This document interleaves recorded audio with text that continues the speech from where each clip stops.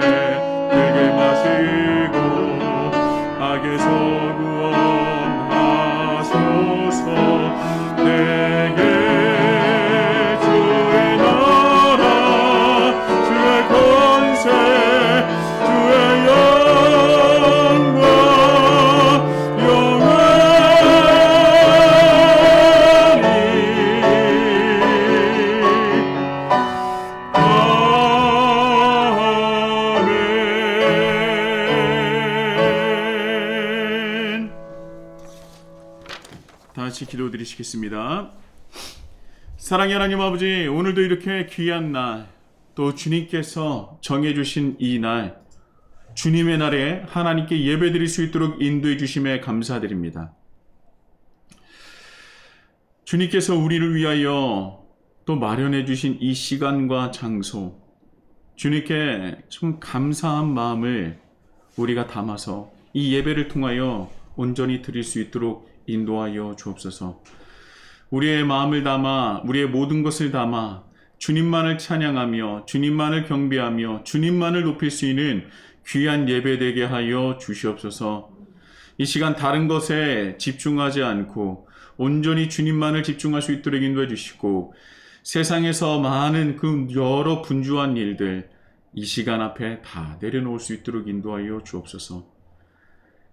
우리가 그것에 신경 쓰지 않고 온전히 이 시간에는 하나님 앞에서 기뻐하며 춤추며 하나님께서 우리와 함께 계신다는, 그리고 함께 하신다는, 그리고 하나님께서 놀라운 사랑으로 우리를 덮어주신다는 것을 감사하며 그 기쁨을 누릴 수 있는 시간 되게 하여 주시고, 또한 그 기쁨뿐만 아니라 주님, 하나님의 귀하신 뜻과 하나님의 마음을 깨달아 하나님의 뜻과 그 마음이 우리의 뜻과 마음이 될 수 있는 귀한 예배 될 수 있도록 인도하여 주옵소서.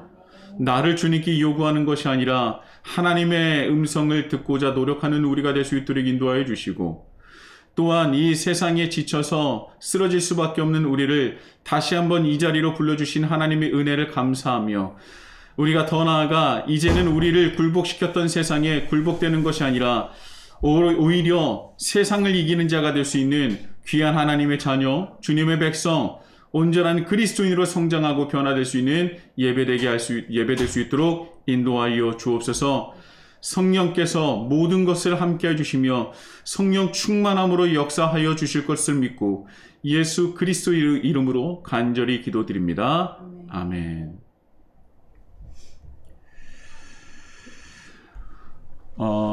오늘은 하나님께 예배를 드리는 너무나 귀한 날입니다. 우리가 예배를 이제까지 적게는 몇 달, 아니면은 정말 수십 년 동안 하나님께 예배를 드렸을 텐데요. 하나님께 드리는 예배가 정말 이제까지 드렸었던 그 어떤 예배보다 오늘은 너무나도 귀하고 특별함이 있는 귀한 예배 되길 소원합니다. 무엇보다도 우리에게 다시는 올 수 없는 2021년 9월 26일 이 시기에만, 이때에만 드릴 수 있는 예배이기 때문에 더 귀한 것 아니겠습니까? 이 예배에 조금 더 집중해 주시고 정말 하나님 앞에서 최고로 드릴 수 있는, 내가 드릴 수 있는 최고의 예배를 하나님께 드렸으면 참 좋겠습니다. 지금은 하나님의 말씀을 우리가 듣는, 경청하는 시간, 성경 봉독 시간인데요. 그저 하나님의 말씀을 이제까지 몇 번 읽어봤다고, 몇 주 동안 읽어본 본문이라고 그냥 지나가는 것이 아니라 이 본문에서 주시는 하나님의 말씀이 우리 마음판에 새겨지는 시간이 되었으면 참 좋겠습니다. 하나님의 말씀은 지난주와 같이 마태복음 6장 9절의 말씀입니다. 마태복음 6장 9절의 말씀, 제가 하나님의 말씀을 봉독할 테니 여러분들은 귀로 영으로 경청하십시오. 그러므로 너희는 이렇게 기도하라. 하늘에 계신 우리 아버지여, 이름이 거룩히 여김을 받으시오며. 아멘.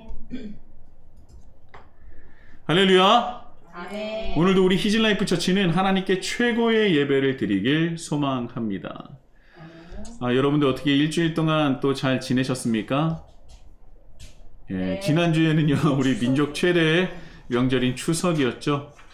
이전 같았으면 당연히 가족들이 당연히 모여서 행복한 시간을 보내야 하는데, 이번 명절은 코로나 때문에 함께 하긴 하지만 만나기는 만났으나 이전과는 사뭇 다른 모습으로 시간을 보냈던 것 같아요. 몇 가지 제약도 있었던 것 같고요.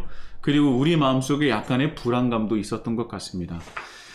이전에 보냈었던 추석과는 조금 다르지 않았나, 명절이지만 똑같은 명절이었지만 좀 다르지 않았나 라는 생각을 해요.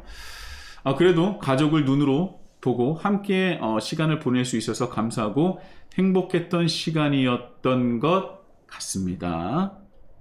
그런데요, 이 명절이라는 것이 어떤 분에게는 굉장히 행복한 시간, 기쁜 시간이 될 수도 있고, 또 어떤 분에게는요 굉장히 힘든 시간이라고 고백하시는 분도 계십니다. 그래서 예전에 제가 경동시장에서 어떤 분이 하시는 말씀 제가 들었던 적이 있다고 말씀드렸던 적이 있어요. 그쵸? 명절, 이놈의 명절 잘 죽어버려라 뭐 이렇게, 저는 그것을 제 귀로 듣고 저는 명절이 참 늘 기다려졌던 사람이었기 때문에 어떻게 저렇게 생각하는 분도 있겠구나. 굉장히 그분에게는 힘든 시간이었던 것 같아요. 힘든 시간이었고 힘든 시간이 될 것을 알기 때문에 그 입술 속에서 자기도 모르는 사이에 그런 고백이 나온 것 아니겠습니까? 여기서는요, 힘듦과 어려움 이런 거, 이것은 남성과 여성을 나눌 필요 없이 자신이 처한 상황에 따라 명절이 행복하기도 하고요, 또 반대로 힘들기도 할 것입니다. 제가 명절을 앞두고 히즐라이프 성도님들에게, 우리 형제자매에게 직간접적으로 말씀을 드렸어요. 명절이 하나님 나라를 확정하고 우리가 그리스도인임을 증명할 절호의 기회이고 중요한 시간이라고 말이죠. 제가 직접적으로 말씀드린 분도 있고 그냥 지나가며 이렇게 슬쩍 말씀을 드렸던 적도 있습니다. 각자 명절을 어떻게 보내는지는 제가 정확하게 잘 알 수는 없어요. 그러나 여러분, 힘들어하는 사람이 있는 곳은 바로 하나님 나라가 임해야 하는 곳이고요. 아니, 이미 임했음을 증명해야 하는 것이고, 그것은 우리의 선한 열매를 맺을 수 있는 귀한 밭이 되어야 한다는 것을 잊지 않으셨으면 좋겠습니다. 그래서 명절을 대하는 그리스도인은요, 힘들더라도 행복하더라도 그 누군가의 어려움과 그리고 힘듦을 지나치지 않고 그 어려움과 힘듦을 공감하고 나누면서 그 안에서 하나님의 나라를 확장할 수 있는 귀한 우리의 밭이 될 수 있다는 것을 잊지 않으셨으면 좋겠어요. 그렇다면 힘들더라도 복될 수 있어요. 힘들더라도 보람찰 수 있습니다. 행복이 2배가 될 수 있습니다. 힘듦과 어려움이 있는 곳에 우리가 필요하다는 것, 주님의 나라가 필요하다는 것을 꼭 유념하셨으면 좋겠습니다. 여러분, 무너져가는 것도요, 소망이 없는 것도 하나님의 자녀, 하나님의 백성이 복음을 들고 간다면, 하나님의 사랑과 은혜가 가득 담긴 그 복음을 들고 간다면 다시 회복되고 소망이 넘쳐 흐르게 된다는 것이죠. 그래서 이 세상에서 이 깨어진 세상에서 가장 필요한 존재는 하나님을 믿는 우리라는 것입니다. 그리고 더 정확하게 말한다면 우리를 통한 하나님의 사랑, 하나님의 말씀, 하나님 나라라는 것이죠. 할렐루야! 아멘. 우리가 이것을 꼭 전할 수 있는 우리 히즐라이프 처치가 되기를 예수님의 이름으로 축복합니다. 자, 지지난주죠. 우리 9월 12일 말씀은 거룩이라는 주제로 은혜를 나눴습니다. 이 거룩이라는 것은요, 윤리적이고 도덕적인 개념이 아니라 구별되다라는 것이라고 제가 말씀을 드렸죠. 이 깨어진 세상과 구별되기 때문에 거룩, 즉 구별됨 안에 최고의 도덕과 최고의 윤리가 포함될 것입니다. 윤리적이며 도덕적인 개념이 이 거룩 안에 포함이 된다는 것이죠.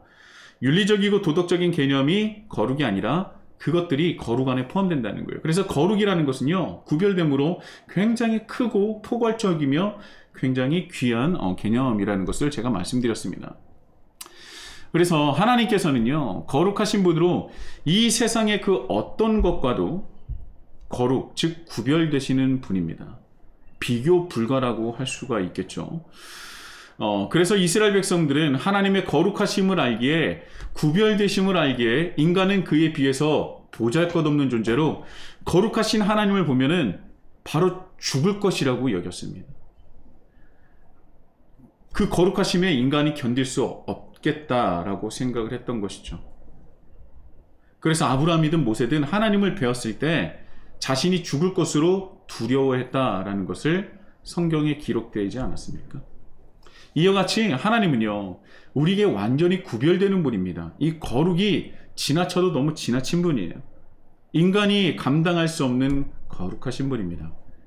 그리고 우리는 하나님의 거룩하심을 인정할 때 우리는 자연스럽게 하나님을 두려워하는, 경외할 수밖에 없는 존재가 된다는 것입니다. 하나님께서 우리와 구별되고 우리와는 다른 존재라는 것, 거룩하신 존재라는 것을 인정할 때 우리는 하나님을 두려워할 수밖에 없고 우리 마음속에 경외하는 마음을 가지게 된다는 것이죠. 그런데 우리는 실상 하나님을 두려워합니까? 두려워하지 않습니까? 두려워하지는 않아요. 두려워한다고 말은 하지만 실상 그렇게 두려워하지 않습니다. 하나님을 정말 경외하고 두려워한다면 우리는 이렇게 살지 못할 거예요. 하나님이 너무나 두려우면 이렇게 살지 못해요. 저희 아이들도요, 제가 화를 내면, 아빠가 뭔가 내가 잘못해서 화를 냈다라고 싶으면 그가 했었던 행동을 갑작스럽게 멈춥니다. 우리 눈치를 보죠. 왜요? 저를 약간은 무서워하기 때문이죠. 그런데 저를 무서워하지 않는다면 제가 화가 났든 제 마음이 상했든 별로 큰 관심이 없습니다. 우리가 정말 하나님을 두려워하는 것이 맞습니까? 우리는요, 하나님 앞에 죄를 짓더라도요, 죄를 지었다는 것을 알고 있음에도 불구하고 죄를 지은 것에 대한 두려움이 없어요. 두려움이 없어요. 내가 죄를 지었는데 죄의 삭은 사망이라고 분명히 말씀을 가지고 우리에게 분명히 이르셨는데도 불구하고 우리는 죄를 지었는데도 불구하고 두려워하지 않습니다. 그리고 다만 후회할 뿐이죠. 내가 또 죄를 지었네. 후회할 뿐이에요. 그 후회가 또 오래 가지도 않습니다. 그렇잖아요.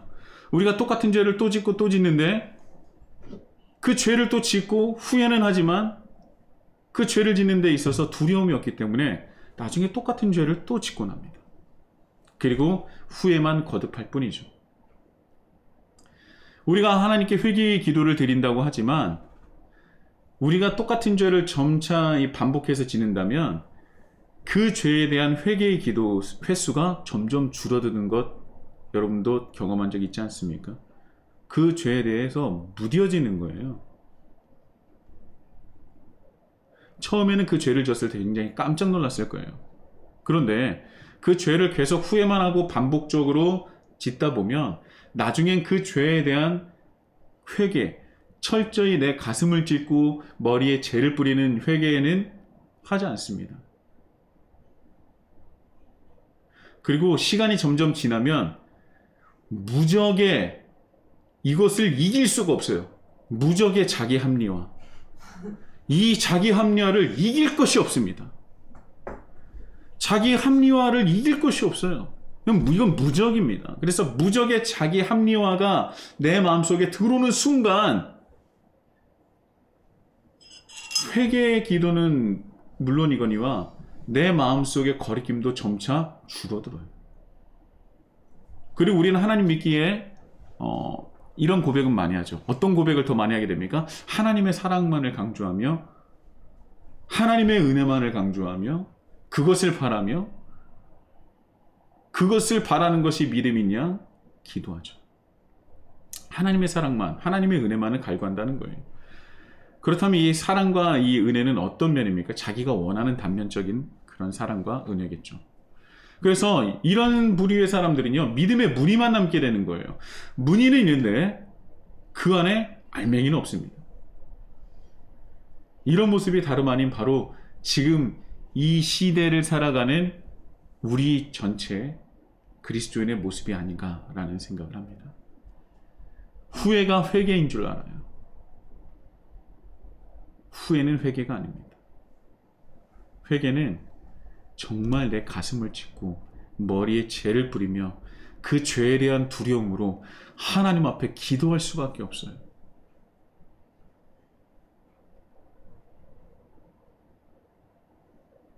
그 기도를 여러분도 경험하신 적은 있었을 겁니다. 그게 회개예요. 그리고 뼈를 깎는 내 살을 에이는 그런 치열함으로 그 죄와 싸워 이겨나는 것이 바로 회개하는 사람의 또 믿음 있는 사람의 모습 아니겠습니까?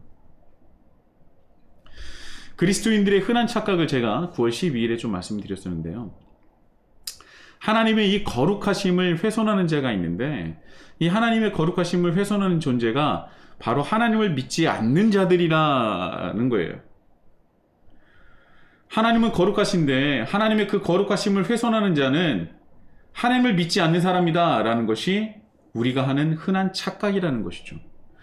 성경에 기록되어 있는 그 하나님의 거룩하심을 훼손하는 대부분의 존재는 누구냐?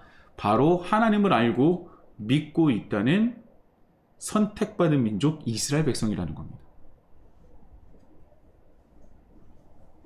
그러니까 그 말씀을 미루어 볼 때 지금 이 시대에 하나님의 거룩하심을 훼손하는 존재가 누구냐? 다름 아닌 우리라는 거예요. 그래서 그거는 과거에 기록되어 있는 성경뿐만 아니라 현재 진행형으로 우리를 통해서 지속적으로 이루어지고 있음을 기억해야 합니다. 이런 말씀을 드리면 내가 언제 하나님의 거룩성을 훼손하였느냐라고 하실 텐데요. 하나님의 거룩성을 훼손시키는 것은 내가 직접 하나님을 욕하거나 부인하는 것 중으로 생각하시는 분들이 대부분 아니겠습니까? 그런데 성경에서 말하는 하나님의 거룩성을 훼손시키는 것은 우리가 세상을 살아가는 모습과 굉장히 밀접하게 연결되어 있다는 거예요. 그래서 제가 9월 12일 말씀에 에스겔에 대해서 말씀을 쭉 제가 드렸지 않았습니까? 특히 에스겔 20장에 보면요, 그것이 적나라하게 나와 있어요. 우리가 삶 속에서 하나님께서 우리에게 알려주신 율례와 규례를 지켜 행하지 않는 것, 우리 삶 속에서 하나님의 뜻대로 살아가지 않는 것이 하나님의 거룩성을 훼손하는 것이다 라고 말씀을 하고 있습니다. 그리고 더 나아가서 세상의 풍속을 따르는 것, 세상과 똑같이 살아가는 것 또한 하나님의 거룩성을 훼손하는 것이라고 우리에게 말씀을 하고 있어요.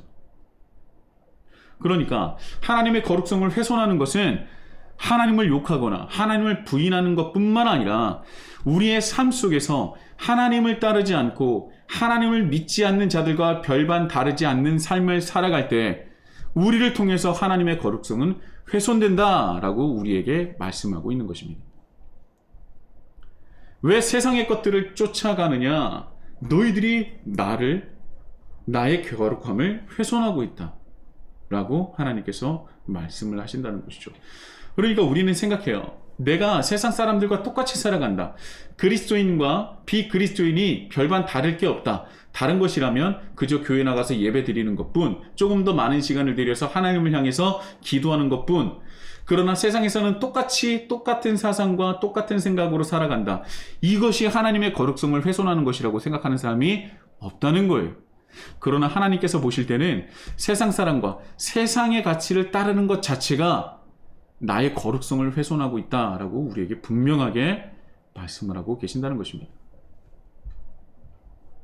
그러니까 하나님의 뜻을 따르지 않고 우리가 죄를 지을 때, 더 나아가서 죄를 지을 때 우리를 통해서 하나님의 거룩성을 훼손된다는 것입니다. 왜요? 우리가 하나님 나라 백성이기 때문에. 우리가 하나님의 자녀이기 때문에 우리는 예수 그리스도를 그리스도로서 우리가 고백한 자들이기 때문에 우리가 죄를 지으면 하나님의 거룩성이 훼손된다라는 것입니다. 그래서 죄 짓는 것에 대해서 우리는 이런 심각성을 모르고 있는 거예요. 그래서 심각성을 모르니까 죄를 지으면 그냥 철저한 회개가 아니라, 처절한 회개가 아니라 단지 후회만 하고 있는 건 아닙니까? 그리고 하나님께서 나의 죄를 용서해 주셨다라는 자기 합리화. 때로는 인간은 죄를 지을 수밖에 없어. 때로는 나는 연약하니까. 무적의 자기 합리화로 하나님의 거룩성을 나를 통해서 훼손되고 있다는 것을 보지도 않고 외면하고 인정하지도 않는다는 것이죠. 그래서 이제는 어떻게 보면 내가 죄를 짓는 것에 대한 두려움이나 경각심마저도 많이 사라진 내 자신과 우리를 바라보게 됩니다. 정말 우리가 죄를 짓는 것에 대한 두려움이나 경각심이 있습니까? 한번 스스로를 돌아봤으면 좋겠어요. 저도 제 자신을 많이 돌아봤습니다. 정말 내가 죄를 짓는 것에 대해서 경각심을 가지고 있는가? 두려워하고 있는가? 제가 우리 첫째 아이하고 좀 대화할 여지가 있어서, 일이 있어서 좀 대화를 했는데요. 죄를 짓는 것에 대한 두려움이 있는지 제가 한번 물어봤습니다. 그런데 죄를 짓는 것에 대한 두려움이 없더라고요. 그래서 왜 죄에 대한 죄를 짓는 데에 대한 두려움이 없냐라고 물어보니까 그 아이가 너무나 천진난만하게 이렇게 얘기하는 거예요. 회개 기도하면 되잖아요. 아, 그렇구나. 너는 회개 기도를 어떻게 하니? 우리 아이들이 하는 레파토리 기도가 있습니다. 툭 치면 나오는 기도가 있어요. 그걸 줄줄줄줄줄 외우더라고요. 그래서 제가 아하, 내가 목사인데도 불구하고 내 아이에게 기도를 가르쳐 준 것이 아니라 주문을 가르쳐 줬구나. 그래서 제가 죄에 대한 그 두려움을, 경각심을, 심각성을, 두려움을 알려줬어요. 그러니까 저한테 그러더라고요. 아빠, 나 어떻게 해야 돼? 왜냐하면 자기가 스스로 느끼기에 죄를 많이 지었나 봐요. 나 어떻게 해야 돼? 그러게, 우리 정말 기도를 많이 해야 될 것 같다. 우리 정말 하나님을 두려워해야 될 것 같아. 하나님, 이 죄에 대한 정말 그 심각성과 이 경각심을 가지고 있어야 될 것 같아. 아빠도 이제까지 그렇게 두려워하진 않았던 것 같아. 그런데 우리 같이 한번 두려워해보고 우리 정말 온전한 회개의 기도를 한번 해보자 라고 기도를 했어요. 우리가 정말 죄에 대해서 두려워하고 있습니까? 우리가 죄를 짓는 것이 하나님의 거룩하심을 훼손한다는 것을 알고 있었습니까? 알고 있으면서 그랬다면 그것도 문제고요. 우리가 죄 짓는 것이 하나님의 거룩성을 훼손하는 것이라는 것을 몰랐다면 그것도 문제입니다. 그만큼 우리가 하나님을 모르는 것 아니겠습니까?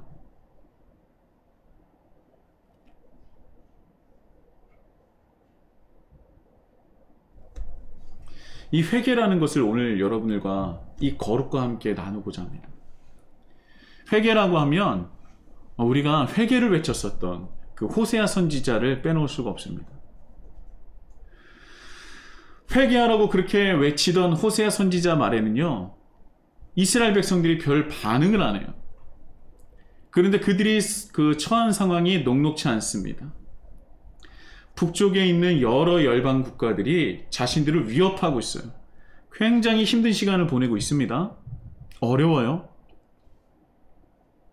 그런데도 불구하고 그들이 회개를 하지 않아요. 회개하라는 호세아 선지자의 말에 회개는 없고 하나님의 선하심과 인자하심을 외쳤었던 이스라엘의 고백이 생각이 났어요. 그 고백이 얼마나 또 유명합니까? 얼마나 많은 목사님들이 이 말씀을 인용했습니까? 제가 이전에도 이 말씀에 대해서 설교를 한 적이 있는데요. 호세아서 6장의 말씀이죠. 오라, 우리가 여호와께로 돌아가자. 여호와께서 우리를 찢으셨으나 도로 낫게 하실 것이요 우리를 치셨으나 싸매어 주실 것입니다. 여호와께서 이틀 후에 우리를 살리시며 셋째 날에 우리를 일으키시리니 우리가 그의 앞에서 살리라. 그러므로 우리가 여호와를 알자. 힘써 여호와를 알자. 그의 나타나심은 새벽빛같이 어김없나니 비와 같이 땅을 적시는 늦은 비와 같이 우리에게 임하시리라. 아멘. 와우, 이 굉장한 고백 아닙니까? 듣기만 해도 은혜가 돼요. 이게 호세아서 6장 1절에서 3절까지의 말씀인데 우리가 잘 알고 있죠. 지금 우리가 찢겼으나 하나님께서 낫게 해줄 것이고 우리를 치셨으나 하나님께서 다 모든 것을 싸매어 주실 거야. 지금은 우리가 넘어져 있지만 셋째 날에 우리를 일으키실 거고 우리를 살리실 거야. 자, 우리 이제 그런 하나님을 알자. 우리를 살리실 하나님을 알자. 하나님은 새벽빛같이 어김없이 우리를 찾아오시고 우리에게 가장 필요한 비를 내려주시는, 이 메마른 땅을 적셔주시는 그 늦은 비와 같은 우리 하나님 아니시겠어? 우리가 그런 하나님을 알아야 돼 라고 얘기한다는 거예요. 이 고백을 들으면 굉장히 이 믿음이 좋은같이 느끼지만 하나님이 이 말씀을 듣고 나서 호세아서 6장 4절에 뭐라고 하시는지 아십니까? 에브라임아, 내가 내게 어떻게 하랴? 유다야, 내가 내게 어떻게 하랴?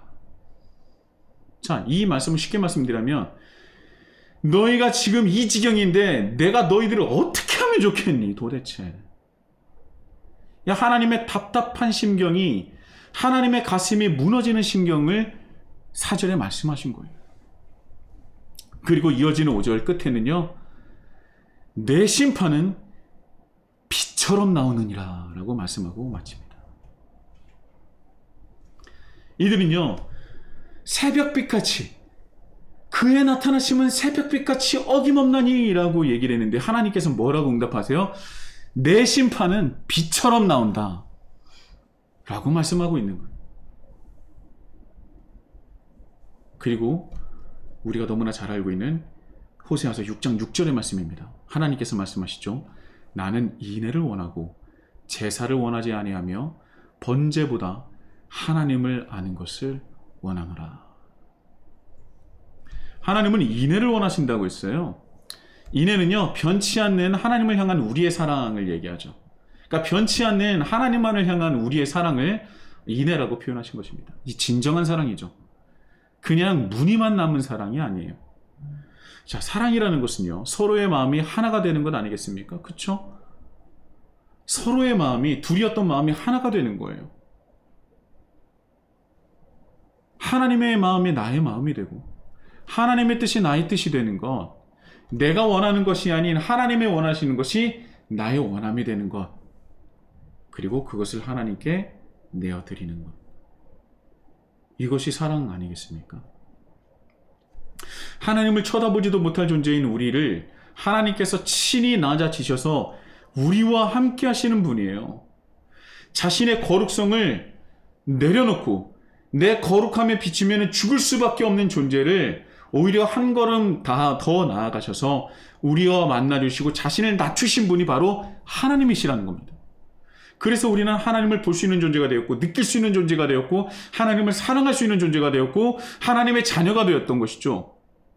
그래서 이전에는 하나님을 뵙고 죽는 존재였다면 이제는 하나님을 뵙고 기뻐하며 감사하며 하나님과 함께 즐거워할 수 있는 존재가 됐다는 것이죠. 이게 놀라운 은혜예요, 여러분. 그런 은혜를, 그런 사랑을 우리에게 주셨는데, 자, 우리가 하나님을 사랑한다고 믿는다고 얘기하지만 우리의 뜻이 하나님의 뜻과 동일합니까? 우리가 원하는 것이 하나님이 원하시는 것과 같습니까? 우리가 하나님께 고백하는 그 사랑은 정말 사랑이 맞습니까? 우리가 하나님께 드리는 것은 사랑입니까? 아니면 우리의 요구입니까? 우리의 사랑은요, 거의 요구에 가까워요. 어떤 남녀가 만나서 나 사랑하니까 넌 이것 정도도 못 해주냐? 나 사랑한다면서. 어디서 많이 들어보지 않았습니까, 여러분? 예. 굉장히 흔하디 흔한 사랑하는 사람들에서 서로 사랑한다고 하지만 대화에서 꼭 나오는 얘기를 아닙니까? 사랑하면요, 요구하기 시작해요. 그런데 하나님께서 우리에게 알려주신 사랑은요, 요구하는 사랑이 아니에요. 들어주는 사랑입니다. 하나님이 우리의 것을 들어주셨잖아요. 그리고 하나님도 우리에게 그 사랑을 바라시는 것 아니겠습니까?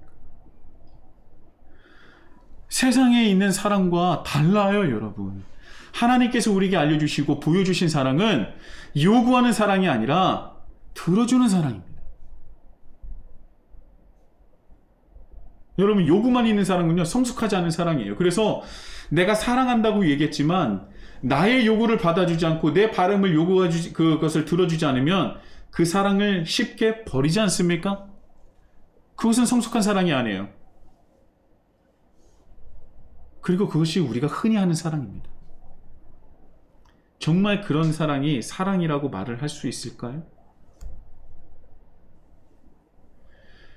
오늘은 제가 이 아이들 얘기를 많이 하는데 원래 아이들 얘기를 잘 안 하거든요. 제가 초반에 했다가 아이들 얘기 좀 많이 하지 마세요라고 그래가지고 한참 안 했는데 아이들 얘기를 좀 오늘 할게요. 저희가 이제 아이들을 키우다 보면 이런 말을 들을 때가 있어요. 아이의 그 무리한 요구를 들어주지 않을 때 아이들이 흔히 하는 소리입니다. 아빠는 나를 사랑하면서 왜 이런 것 하나 못 해주냐고. 확. 근데 아이들은 진심으로 부모를 사랑하긴 해요. 저는 그걸 압니다. 아이들은 진심으로 부모를 사랑해요. 그리고 부모도 아이들을 진심으로 사랑합니다. 그러나 비교적 아이들이 부모를 사랑하는 것이 부모가 아이를 사랑하는 것보다 비교적 성숙하지 못해요. 그래서 그 아이들은 요구와 사랑을 혼동하는 겁니다. 그러면 부모는 요구와 사랑은 같은 것이 아니야. 좀 차이가 있어. 라고 가르쳐 주죠. 하나님과 우리의 관계도 마찬가지입니다. 우리는 늘 하나님께 요구합니다. 하나님과의 소통을 요구라고 생각하고 있어요. 우리의 하나님과의 소통하는 기도의 99.9%는 요구로 이루어져 있습니다. 하나님을 찬미하고 하나님을 경배하고 하나님께 감사하고 하나님 안에 있음을 기뻐하면서 하나님만이 저의 모든 것입니다라고 하는 것은 내 기도의 1%도 안 될 거예요. 그 1% 안에는 우리가 흔히 하는 후에 회개도 그 안에 들어갈 겁니다. 그리고 99.9% 아니 99.9%라면 좀 너무하니까 99%는 우리가 하나님을 향한 요구 아닙니까? 그리고 그거 안 들어주시면 굉장히 마음속에 어려워하잖아요. 이것은 사랑이 아니고 믿음이 아니고 이건 요구입니다. 너무나도 성숙하지 않은 사랑이에요. 이것은 사랑, 너무나 큰 온전한 사랑의 한 단면만을 보는 것이라고 말할 수 있습니다. 여러분, 사랑은요 굉장히 입체적이에요. 정말 놀랍습니다. 이 사랑의 힘이 얼마나 놀라운지 여러분 잘 아시잖아요. 그거는 우리가 볼 수 있는, 우리가 요구하는 단면의 사랑만이 아니라 굉장히 큰 입체적으로 되어 있다는 것을 여러분 아셔야 돼요. 하나님을 향한 우리의 사랑이 어떻습니까? 또한 그 사랑으로 인한 하나님과의 관계는 과연 우리는 어떻습니까? 하나님은 우리의 사랑을 받고 계십니까? 하나님은 우리의 그 입체적인 사랑을 받고 계십니까? 아니면 그 한 단면의 사랑만 받고 계십니까? 그리고 우리의 사랑을 받으신 하나님은 정말 즐거워하시고 기뻐하고 계십니까? 아니면 호세아서에 나오는 그런 탄식을 하고 계십니까? 여러분, 굉장히 이 말씀 드리니까 자신 없어지죠? 단 한 줄의 회개도 하지 않고 미성숙한 사랑으로 하나님을 판단하며 자신이 원하는 모습의 하나님만을 원하고 바라고 혹여 그런 하나님을 내 스스로 만들고 있는 것은 아닙니까? 저는요, 이 말씀을 준비하면서 제가 먼저 회개했어요. 하나님께서 나를 바라보실 때 호세아서처럼 답답해 하시며 탄식하고 계시겠구나.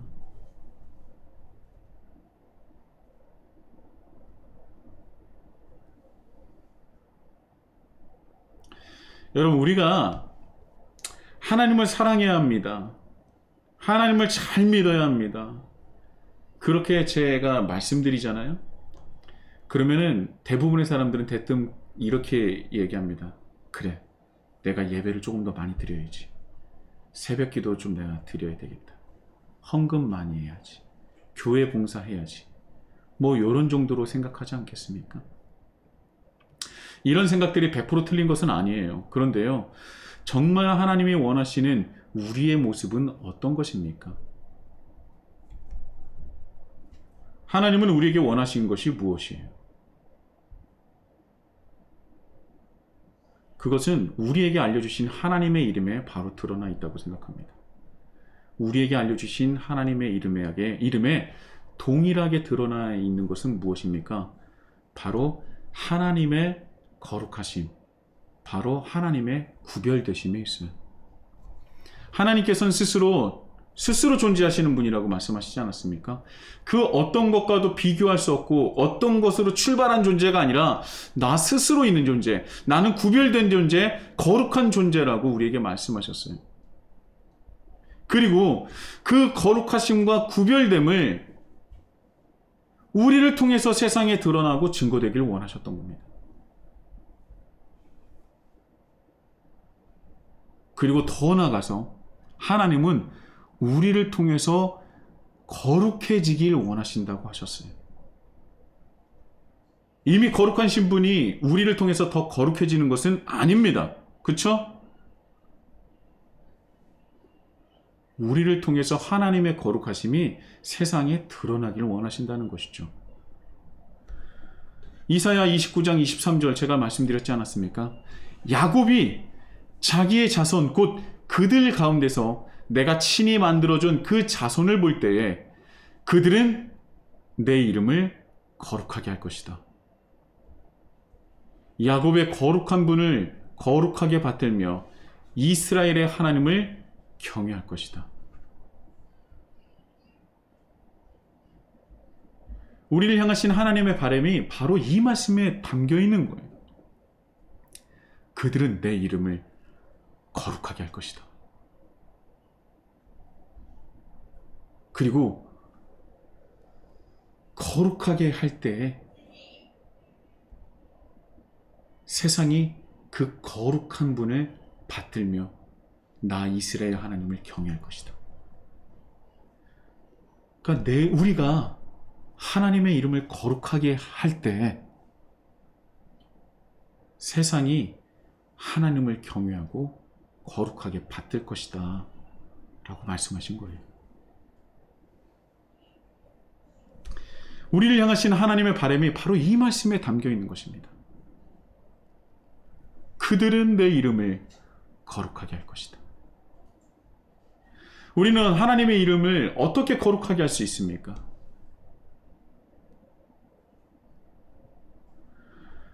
우리의 거룩한 삶으로, 세상과 구별된 삶으로, 우리의 거룩한 삶, 세상과 구별된 삶으로 하나님의 이름을 거룩하게 할 수 있는 것이죠. 에스겔서에서 드러났듯이 우리의 깨어진 삶의 모습, 하나님의 말씀대로 살지 않고 세상과 똑같이 살아가는 그 모습을 통해서 하나님의 거룩성이 훼손되었다고 우리에게 말씀하시지 않았어요? 이것을 반대로 말한다면 우리의 거룩한 삶은, 하나님의 뜻대로 살아가는 삶은 하나님의 거룩하심을 세상에 드러내고 빛나게 한다는 것이죠. 우리의 거룩한 삶이 하나님의 이름을 더욱 거룩하게 또 빛나게 한다는 것입니다. 여러분, 우리의 거룩한 삶은, 우리의 세상과 구별된 삶은 우리가 정말 모르고 있습니까? 어떻게 해야지 거룩하고 구별된 삶이지? 라는 것 정말 모르세요? 성경에 나와 있어요. 지금 우리가 성경 일독을 할 때 우리가 사복음서를 읽지 않았습니까? 지금 이제 바울 서신서로 넘어갔지만 사복음서를 읽으면요, 그냥 예수님께서 말씀하신 산상보험만 들어도 보아도 다 나와 있어요. 우리가 모르는 것이 아니죠. 그렇게 살고 싶지 않은 거죠. 우리가 손해볼까봐, 세상에 뒤처질까봐, 세상에서 실패할까봐 그렇게 살지 못하는 것입니다. 그리고 그렇게 사는 것이 너무나 힘들기 때문에 시도하다가도 금세 포기해버리는 것이죠. 여러분, 작심삼일이라는 얘기가 있어요. 여러분, 작심삼일이 나쁜 얘기 같습니까? 그렇지 않아요. 저는 그 작심삼일이 너무나도 우리에게 유익하다고 생각합니다. 왜요? 우리는 포기하고 넘어질 수밖에 없거든요. 작심삼일을 3일마다 해보세요. 쓰러졌다가 다시 일어나시라는 거예요. 작심삼일을 해서 3일 동안 열심히 해봤는데 안 돼요. 그럼 하루 좀 쉬세요. 그리고 다시 작심삼일 해보십시오. 작심삼일이 또 시도하고 또 시도할 때 분명히 하나님께서 우리와 함께하여 주시사 작심 10일이 되고, 작심 20일이 되고, 작심 한 달이 되고, 작심 1년이 될 겁니다. 그리고 그 삶을 통해서 하나님의 이름은 우리를 통해서 분명히 거룩하게 될 것을 믿습니다. 우리는 그런 거룩한 삶을 알고 있음에도 불구하고요, 우리는 거룩한 삶을 살지 않고 적절하게 타협을 해요. 무적에 자기 합리화죠. 그래서 우리는 거룩하고 구별된 삶이라고 하면 어느 면에서 적절하게 타협을 하느냐? 그저 예배를 조금 더 드려야지, 새벽기도 드려야지, 헌금을 많이 해야지, 교회 봉사를 많이 해야지. 여러분, 이것이 틀린 것은 아니지만 오히려 이 시대를 살아가는 그리스도인들에게는 이런 것들에 우리의 거룩함을 세상으로 바깥으로 나아가는 것이 아니라 오히려 더 교회 안으로 갇혀있게 된다는 거예요. 이것이 나쁜 것이라고 말씀드리는 것이 아닙니다. 그러나 이런 것들이 어떻게 보면 자기 합리화와 타협점을 잡아서 우리의 거룩한 삶을 교회 안에서만 갇혀있게 한다는 거예요. 그리고 교회 문을 열고 들어갈 때는 거룩하지만 교회의 문을 열고 나올 때는 그 거룩함을 교회에다 놓고 내어온다는 거죠. 여기서 문제가 심각해지는 겁니다. 그리고 교회 밖에서는 세상과 똑같이 살아간다는 거예요.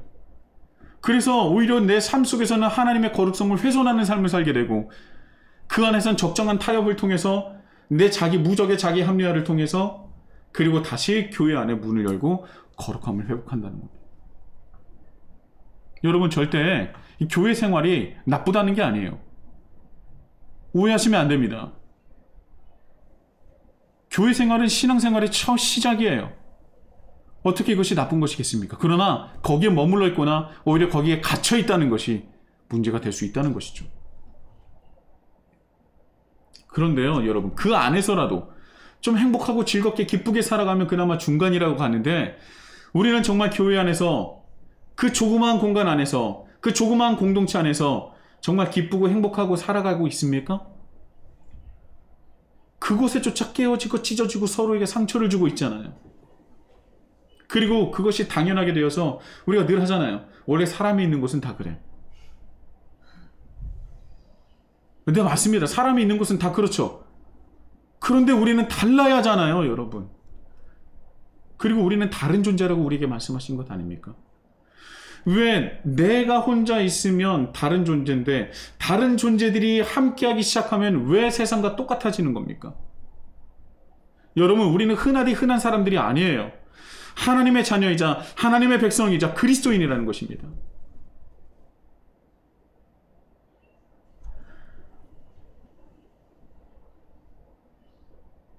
우리만이 거룩한 주의 백성이며 우리만이 거룩한 삶으로 하나님의 이름을 거룩하게 할 수 있는 존재입니다.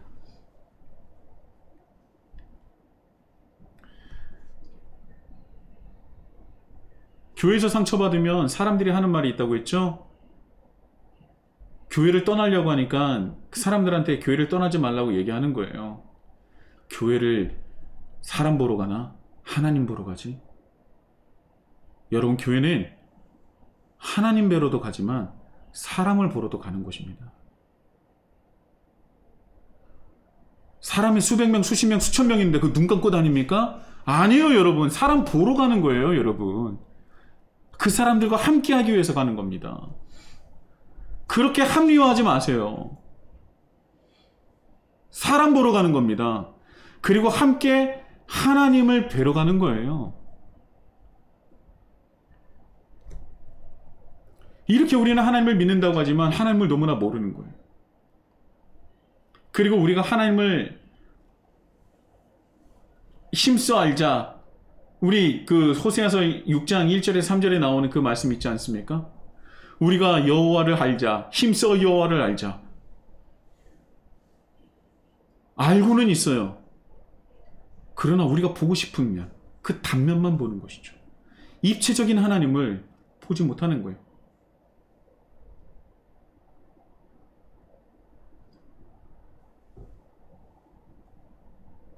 제가 오늘 너무 심각해가지고 야, 이걸 어떻게 끝내야 되나 이게 싶기도 한데 제가 원래는 오늘 말씀이 이제 드디어 6장 9절에서 10절로 넘어가는 말씀을 제가 준비하고 있었어요. 그런데 제가 원래 그 말씀 설교 서두에 지난주에 했었던 설교를 간단하게 말씀드리지 않습니까? 근데 그 말씀을 간단하게 정리하는데 하나님께서 저의 마음속에 감동을 주셨어요. 그래서 제가 6장 10절에 대한 말씀을 쭉 준비한 것들이 있는데 그것을 밑으로 쭉 내리고 다시 6장 9절로 넘어간 겁니다. 왜냐하면 이 말씀을 저에게 하고 싶으셨던 것 같아요. 그리고 우리에게 하시고 싶었던 것 같습니다. 관수야, 네가 나를 아니?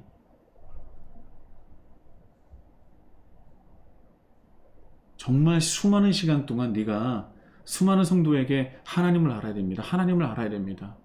그렇게 말을 했는데 너조차 나를 알고 있니? 그 마음을 주시니 호세아서 6장 1절에서 3절의 말씀이 떠오르는 거예요. 그래서 그 말씀을 다시 찾아보고 나조차도 하나님을 알지 못했구나. 나도 아직 멀었구나. 내가 하나님의 거룩하심을 드러내는 존재가 아니라 하나님의 거룩하심을 훼손하는 존재가 아니었나 라는 마음속에 새벽에 다시 한번 회개를 하게 되었습니다.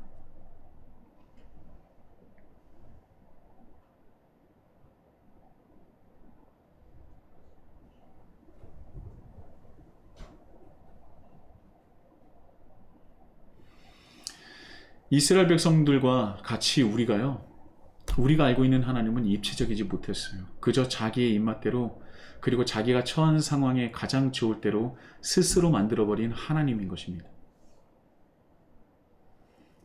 전혀 하나님의 뜻과는 하나님의 바램과는 거리가 먼 하나님의 모습이었죠. 그래서 하나님은 수많은 시간 동안 우리가 예배를 드렸지만 하나님께 찬양을 했지만 하나님께 기도했지만 하나님은 그 예배와 찬양과 기도를 들으실 때마다 답답해하시고 깊게 탄식하신 것입니다.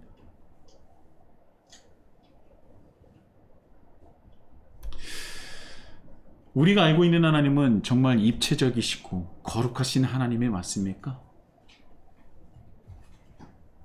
그렇게 많은 시간 예배드리며 새벽에 부르짖었던 하나님은 어떤 하나님입니까? 혹여 우리의 예배와 우리의 기도를 들으시며 하나님은 호세아서와 같이 깊은 탄식을 하고 계신 것은 아닙니까?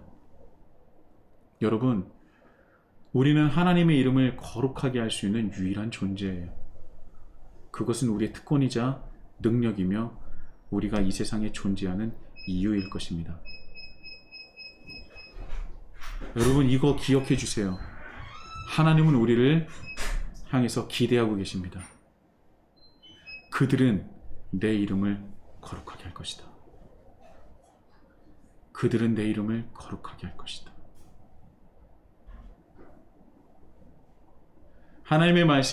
이 하나님의 말씀을 하나님의 뜻을 구별되고 거룩한 삶으로써 이 세상에 하나님의 거룩하심을 드러내고 이루어내시는 우리 히즈라이프 처치가 되기를 예수님의 이름으로 축복합니다. 우리 이 시간 다 같이 찬양할 텐데요. 나를 통하여 찬양하시겠습니다. 이 가사 하나하나를 여러분 보시고 들어보세요. 우리를 통하여 하나님의 이름이 거룩되고 또 높여지게 됩니다. 정말 이 찬양이 우리의 온전한 신앙 고백이 되기를 소망합니다. 다 같이 찬양하시겠습니다.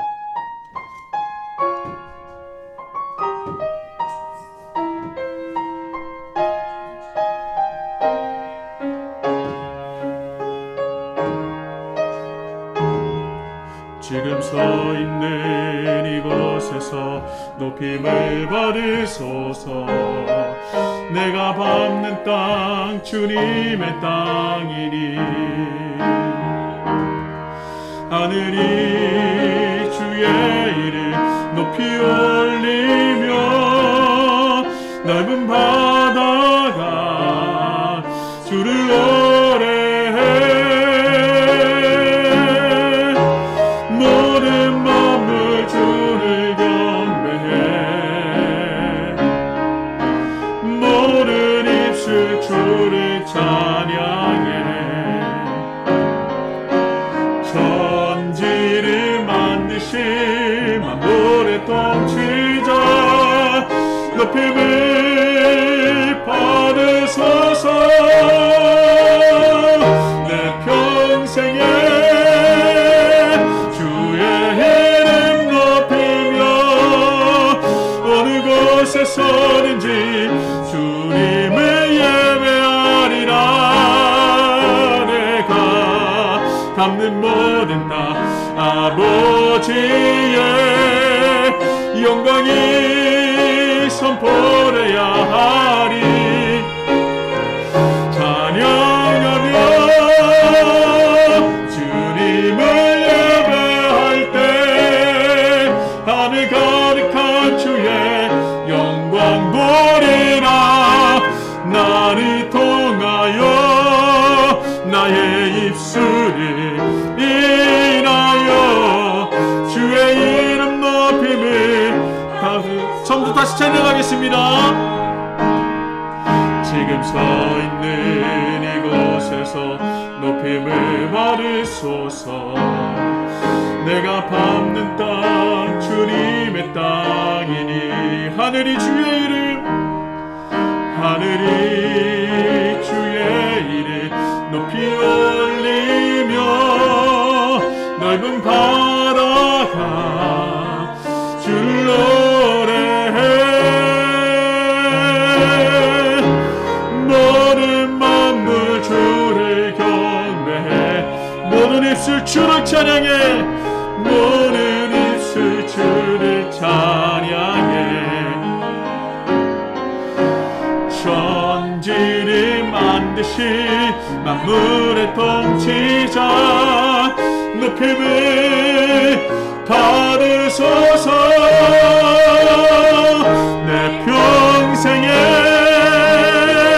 주의 이름 높이며 어느 곳에서든지 주님을 예배하리라. 예배하리라. 내가 밟는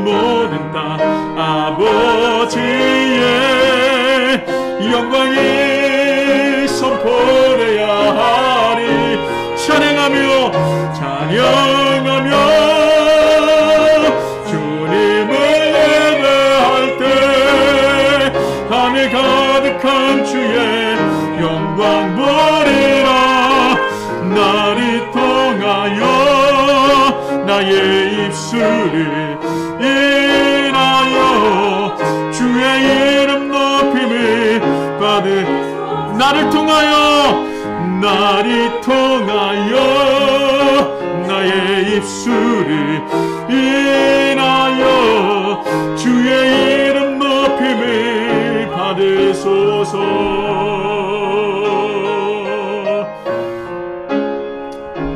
제가 기도하겠습니다.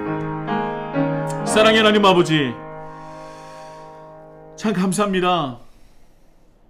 주님을 믿는다고 수십 년이 지났는데도 불구하고, 십수년이 지났는데도 불구하고, 수년이 지났는데도 불구하고 우리가 여전히 제자리에서 벗어나지 못하고 있는데, 그럼에도 불구하고 하나님은 우리를 향해서 그들이 내 이름을 거룩하게 할 것이다, 그들이 관수가 내 이름을 거룩하게 할 것이다 라는 기대와 함께 아직도 여전히 우리를 기다리시며 바라면서 하나님의 놀라우신 사랑과 은혜를 부어주심에 참으로 감사합니다.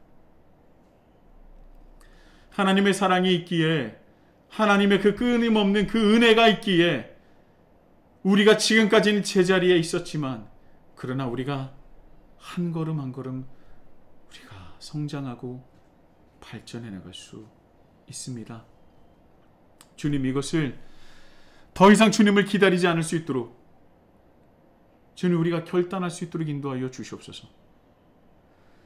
이제까지 하나님의 뜻을 따르지 못하고 하나님의 말씀대로 살아가지 못하여 하나님의 거룩하심을 훼손하였던 우리였다면, 이제는 반대로 주님의 뜻대로, 주님의 바라심대로, 하나님께서 우리에게 알려주신 대로 살아감으로 말미암아 하나님의 이름을 거룩하게 하며 세상에 드러내며 더욱더 빛나게 할 수 있는 우리 히즐라이프 처치 모든 사람은 하나님의 백성이 될 수 있도록 인도하여 주시옵소서. 주여, 이 시간 우리가 결단하게 인도하여 주시옵소서.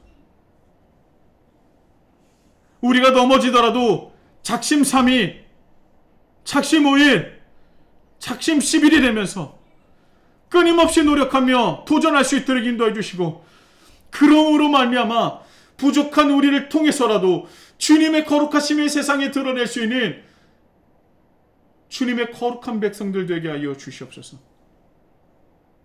어렵습니다. 쉽지 않습니다. 그러나 주님이 우리의 능력이 되시기에 불가능하지 않습니다. 도전하게 하여 주시고, 넘어졌다면 일어나게 하여 주시고, 서 있다면 걷게 하여 주시고, 걷고 있다면 뛰게 하여 주시옵소서. 그리고 우리가 그런 삶을 살아갈 때에 우리가 너무나 힘들고 외롭고 지쳐있을 때, 그때에 가장 걸맞는 주님의 이름을 가지고 우리에게 다시 찾아오시며 우리를 이렇게 세워주시고 힘을 주시고 능력을 주시고 사랑을 주시고 주님의 은혜 안에, 주님의 품 안에 다시 거하게 인도하여 주시옵소서.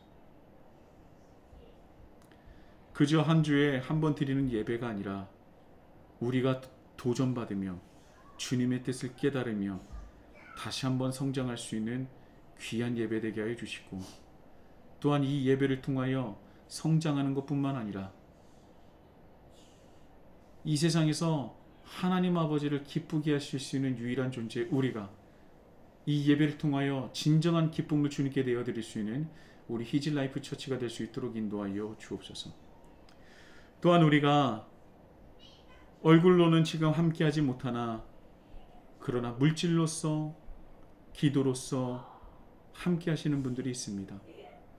그분들에게도 놀라우신 주님의 복을 내려주시며, 또한 주님 안에서 놀라우신 사랑과 은혜와 평강과 더 나아가 하나님의 사람으로서 온전하게 세상에 주님의 거룩하심을 드러낼 수 있도록 주님께서 인도하여 주시옵소서. 예수님의 이름으로 간절히 기도드립니다. 아멘. 이제는 우리 주 예수 그리스도의 은혜와 하나님 아버지의 극진하신 사랑과 성령님의 감화감동 역사하심이, 그 충만하심과 영원하심이 주님의 거룩하신 이름을 더욱더 거룩하게, 더욱더 빛나게 하게 할, 또한 그렇게 행하고자 결단하는 이 자리는 모든 주님의 백성들 머리 위에 이제로부터 영원토록 함께 하시기를 간절히 축원하옵나이다. 아멘.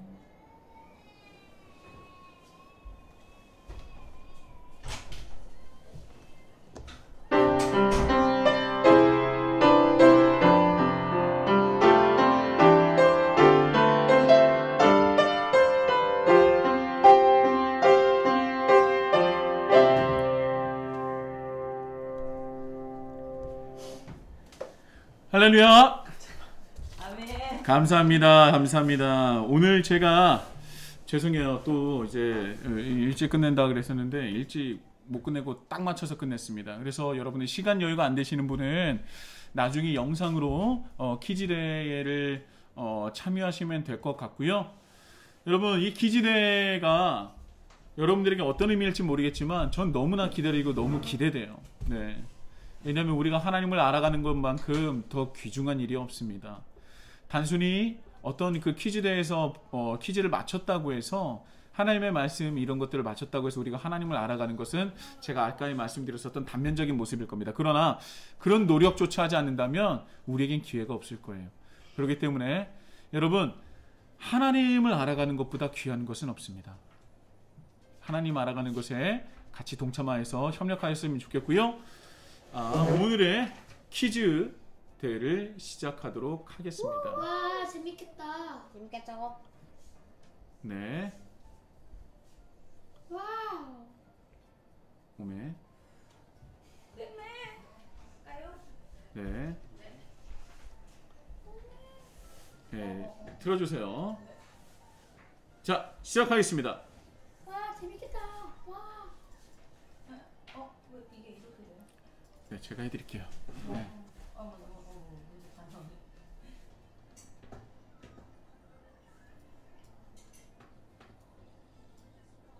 나 죽을 것 같아. OBS 틀어야 되는데.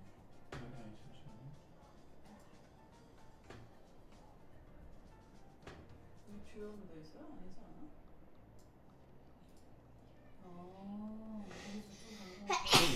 OBS 좀 크기도 다 맞추면 하는데.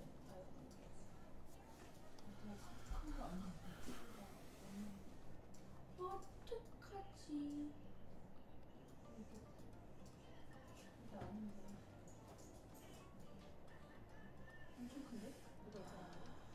방송이 고르지 못한 점, 잠깐만 기다리시면 될 것 같아요. 예.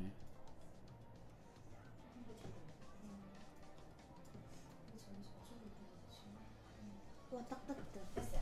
네, 됐습니다. 자, 이제 시작하도록 하겠습니다. 첫 번째 문제입니다.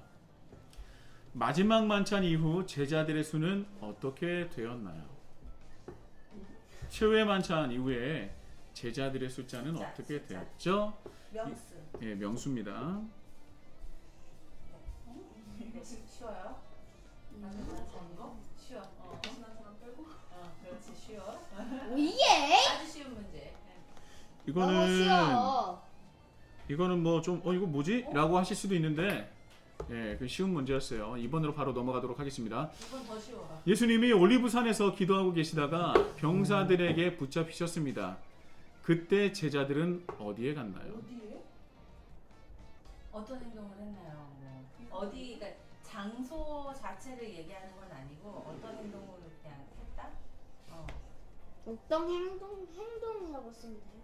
행동을 써도 돼요? 근데 그 행동 어떻게 했다? 제자들은 맞는지 모르겠네. 자, 기도하고 계시다가 병사들이 붙잡혔는데 그때 제자들은 예수님 곁에 있지 않고 무엇을 했죠? 모르겠어요. 자, 그렇게 하고 3번 문제입니다. 쉽게 그렇게 하면 안 되죠. 베드로는 무엇이 울기 전에 예수님을 몇 번 부인했습니다.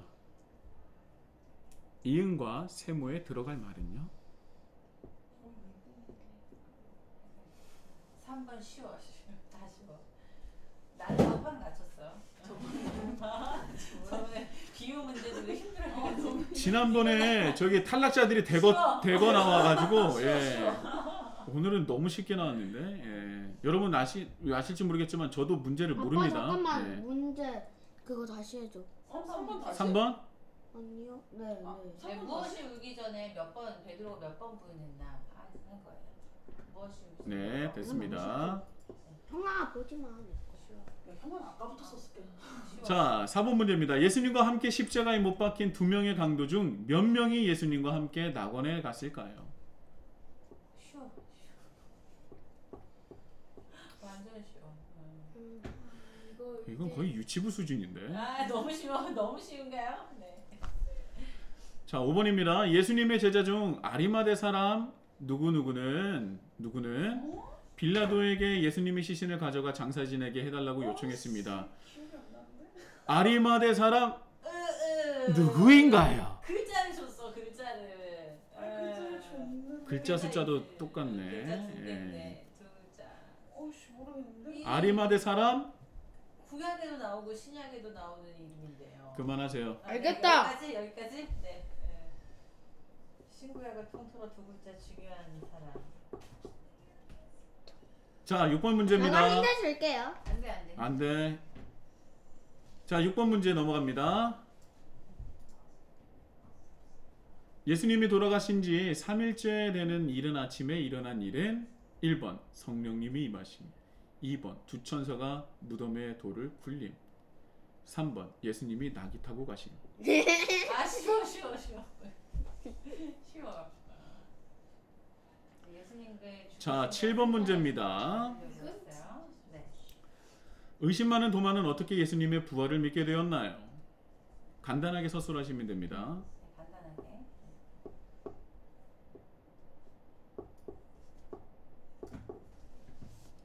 팔번 문제. 아니. 이거 서술할 시간을 줘야 돼가지고. 네 알겠습니다. 이거 어떤 건지 해야 될 것 같아요. 이렇게만은 말하면 안 되고 어떤 행동이 있었잖아요. 없었는데. 길게 써야 되나? 아니 막 길게 쓰지 않아도 한 문장 정도 나오도록 해야 돼. 어떤 증거예요? 한 단어로는 표현하기 힘드니까. 네. 그래, 그거를 써야지. 그래요? 그걸 쓰라고. 왜 이거밖에 생각 이렇게밖에 안. 지금 보이지도 않아. 아, 네, 한 문장이지. 네. 그렇지. 과연 알면서 왜. 자, 8번 넘어가겠습니다. 안돼. 네, 오케이, 알겠어요. 빨리 써요. 네. 다른 분들은 8번 문제 어? 읽고 계시면 될 것 같아요. 베드로를 만나러 갔지.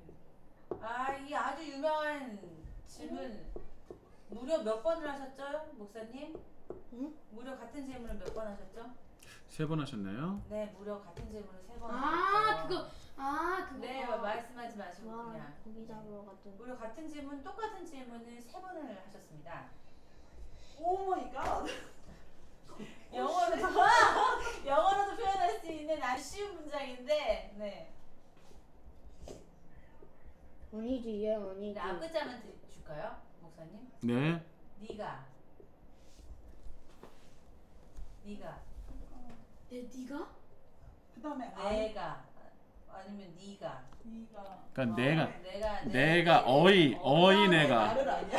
아 이름을 안 썼어. 근데 그 뒤에가 정확하지가 않아. 네, 하여튼 여기까지 결정적. 자, 8번 예수님이 미안해. 부활하신 후 고기 잡으러 갔던 베드로를 만나 가십니다. 네. 근데 그때 하셨던 질문이 유명한 질문이 있죠. 유명한 질문. 왜 눈물 나? 납니다. 네, 눈물 나게 하는 질문 똑같은 아, 질문 3번 하셨어요. 아 그때 이거 아니네 이거. 내가. 그거를 어이 내가입니다. 그러니까 뜻은 네가이죠. 네가. 아하. 네. 오씨. 그건 넘어갈까요? 네, 넘어가세요. 네. 넘어가세요. 자, 베드로의 3번의 답변을 듣고 내리신 명령은 아 이거. 이거 중요합니다. 세 번의 네. 답변을 듣고 내리시는. 명령? 네, 베드로. 나 알겠다. 나 알겠다. 베드로도 똑같이 엄마, 세번은 똑같은 답변을 나 지금 합니다. 방금 네. 전 거를 그걸로 써버려가지고 지금 다시 방금 네, 그건 수정은 네가 다시 바꾸면 되지. 네. 아이 생각이 똑같이 세 나. 번을 답변을 하고 예수님은 똑같이 또 세 번은 명령을 내리십니다. 무슨 미쳐. 명령 그러니까 답변이라고 하셔도 생각해도 돼요. 그러니까. 예수님이 베드로의 대답을 듣고 잠깐만요. 저 뭐라고 생각할 말씀하셨습니다. 시간을 주세요. 네, 저 네, 너무 시끄러워가지고 생각이 잘 안 나. 알겠습니다. 네.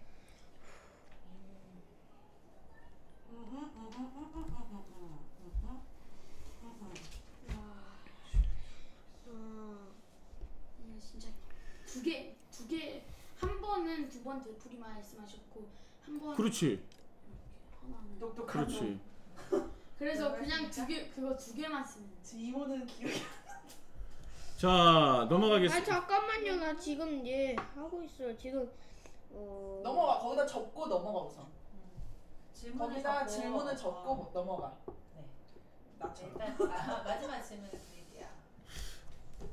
그거는 지금 예수님께서 하신 말씀이에요. 9번은 예수님께서 하신 말씀이에요. 베드로가 한 말이 아니라 베드로가 한 말을 듣고 예수님께서 하신 말씀. 지상 명령. 야, 비슷한데 아주 비슷해요. 와. 이것도 나는 그냥 이것이 한 무엇일까요? 했을 때 진상명령을 적어. 야. 이렇게 했는데 야 잠깐만. 대단한데? 자, 네, 너무 변별력 없을 아빠 아들 답다. 와. 네, 나머지 문제들은 조금 그래도 문장으로 쓸 수 있는 이제 그런 거를 썼어요. 자, 10번 문제입니다. 예수님이 승천하시기 전에 하셨던 지상 명령을 지상 명령. 이것도 그냥 한 문장 아주 간단하게 쓰시면 됩니다. 그거 뭐 이렇게 말씀 자체가 있긴 한데 그 구절을 자세히 안 돼! 나 어디서 뭐야. 어디까지 뭐 이렇게 뭐 하라고 뭐 이렇게 구체적으로 안 써도 되고 아주 간단하게 쓰실 수 있는 지상 명령이 있는 것 같아서 네. 찬양도 있죠. 네. 그 찬양을 생각하시면서 아니지. 애를 어떻게 쓰지? 네네네. 맞아요? 네. 아 몰라요? 아 그러네 아직 안 끝났네. 안 끝났는데. 아야 9번 미치겠네. 5번 9번 난리네. 아 난리네. 번을 어떻게 쓰지? 지금 저 주세요. 다 썼으면 주세요. 아이고 조심해. 아이고 뭐 안팎했어요. 사도행전 1장 8절은 사도행서가 아니면 또 세상은 아니잖아. 일반적인 이건 마태복음에 나와. 마태복음 28장. 노래면 이거라. 노래를 찾아야 합니다. 노래. 아 근데 갑자기 그러네.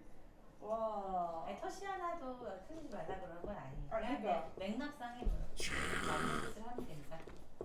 맥락상. 무신약에 다 나온다. 이게 반대지 이게. 진짜 너무 많아. 누군지 많아. 너무 많이 많아. 신구약이 다 나오는 이름인데 중요한 사람으로 많이. 도망갔잖아. 네. 그래서 이 예수님이 잡혀가니까 베드로는 아버지도 유명하고 베드로 아들도 유명한. 도망갔지. 아니 찾는데 그렇죠. 예수님의 아버지. 말씀을 딱 이제 잡히시는 거 보고 처음에 말고 귀를 짜져갔다가 예수님은 이스라엘 버리고 국보에 있는 도망갔지. 사람인데 그래서 어떤 제자는 자기 옷이 벗겨진지도 모르고 족보에 있어. 그랬잖아. 기억나지 이제? 아니요? 나 알아. 형아 내가 말해줄까? 명령은 뭐지? 이거 맞나? 아니 형아는 다 그냥 끝났잖아. 안돼. 하루 세 안돼. 아니나 됐어. 동빈아 일로 와봐. 명령은 뭐야? 명령. 네, 일단 목사님 방송 종료할까요? 네. 자 우리 방송 여기까지 하고요. 우리 또 다음 주에 뵙도록 하겠습니다. 감사합니다. 네.